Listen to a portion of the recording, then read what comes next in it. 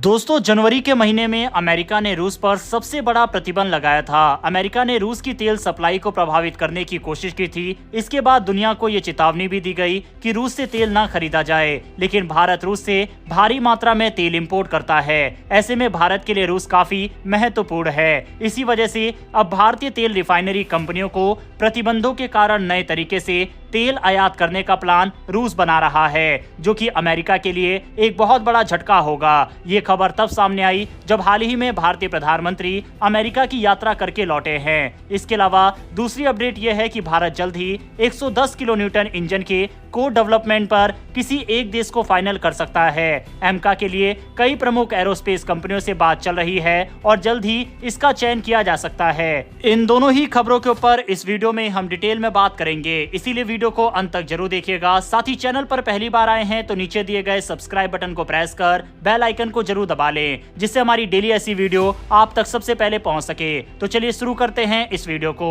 America की Joe Biden सरकार ने अपने आखिरी के दिनों में बड़ा फैसला किया था। बाइडेन प्रशासन ने रूस पर कड़े प्रतिबंध लगाए और तेल सप्लाई को प्रभावित करने की कोशिश की गई। इसका सबसे बड़ा असर चीन और भारत पर पड़ने वाला था। बता दें कि भारत रूस से कच्चे तेल का दूसरा सबसे बड़ा इंपोर्टर है, लेकिन भारत इन प्रतिबंधों के बावजूद भी रूस से तेल खरीदना चाहता है, क्योंकि दुनिया के मुकाबले भारत को रूस में दाम काफी कम मिलता है। इसीलिए अब भारतीय कंपनियां चाहती है कि तेल की आपूर्ति ऐसी कंपनी और जहाज से हो जिन पर अमेरिका ने प्रतिबंध नहीं लगाए हैं। अमेरिका के प्रतिबंधों के बाद रूस की गैर प्रतिबंधित कंपनियों को तेल बेचने के लिए नए तरीके खोजने पड़ रहे हैं। हालांकि अमेरिकी फैसलों के बाद वर्ल्ड के ऑयल बिजनेस में काफी उथल पुथल मच गई थी। इंडियन एनर्जी वीक प्रोग्राम के दौरान भारत के ऑयल सेक्रेटरी पंकज जैन ने मीडिया से कहा कि अगर हम किसी से सामान खरीदते हैं तो ये उसकी जिम्मेदारी है कि ऐसी चीज उपलब्ध कराए जो हमारी आवश्यकता को पूरा करता हो। पंकज जैन ने दुनिया के तीसरे बड़े ऑयल इंपोर्टर और प्रोड्यूसर रूस पर टिप्पणी की। बता दें, यूक्रेन और रूस के युद्ध के बाद से भारत काफी बड़ी मात्रा में रूस से तेल खरीद रहा है।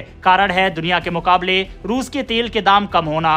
लेकिन भारत किसी देश के प्रतिबंधों को माने या ना माने, लेकिन अमेरिकी फैसलों को मानता है। कारण है कि भारतीय बैंक और कंपनियों का अमेरिका के फाइनेंशियल सिस्टम में काफी इन्वेस्टमेंट है। अमेरिका के फैसले के बाद इंडियन ऑयल रिफाइनरी कंपनियों की खरीद पर असर पड़ा। अमेरिका के फैसले के बाद टैंकर माल का किराया बढ़ गया। भारत के साथ चीन की कुछ कंपनियों और पोर्ट बैन किए गए, जहाजों से परहेज करने लगे।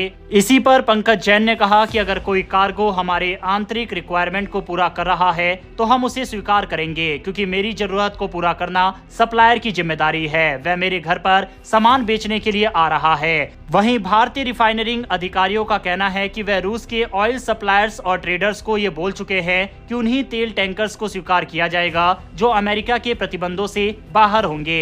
भारतीय व्यापारियों का कहना है कि हम किसी भी तरीके का रिस्क नहीं लेना चाहते और हम ऐसे कोई भी कार्गो को नहीं स्वीकार करेंगे जो प्रतिबंधित होंगे। हम बस खरीदार हैं और हम एक साफ और सिस्टमैटिक तरीके से सामान खरीदना चाहते हैं। इस पर रूस की तरफ से ये कहा गया है कि वह उसकी जिम्मेदारी है कि भारत को तेल किस तरह से सही तरीके से पहुंचाया जाए। इस पर फिलहाल रूस काम कर रहा है और अमेरिकी प्रतिबंधों को बाईपास करके कई जहाज रूस से भारत भी आ रहे हैं जिन पर प्रतिबंध नहीं लागू है, और इस तरह से भारत और रूस मिलकर अमेरिका के प्रतिबंधों को बाईपास करने के लिए तैयार दिखाई दे रहे हैं। वहीं दूसरी अपडेट भारत के एमका फाइटर जेट से जुड़ी हुई है। डीआरडीओ के गैस टरबाइन रिसर्च एस्टेब्लिशमेंट के 5.5 जनरेशन के फाइटर जेट के लिए जरूरी 110 किलो न्यूटन इंजन के को डेवलपमेंट पर चर्चा आखिरी दौर में है।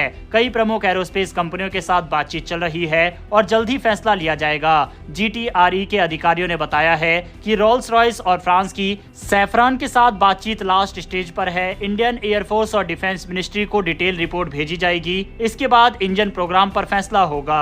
दोनों ही कंपनियों के साथ अलग अलग लेवल पर बातचीत चल रही है। बता दें कि दोनों आईपीआर का भी प्रस्ताव दिया है। यूके की रोल्स रॉयस ने इंजन के पूरे राइट्स भारत के साथ साझा करने का प्रस्ताव दिया है। इसके साथ ही भारत को डिजाइन और टेक्नोलॉजी का भी पूरा नियंत्रण दिया जाएगा।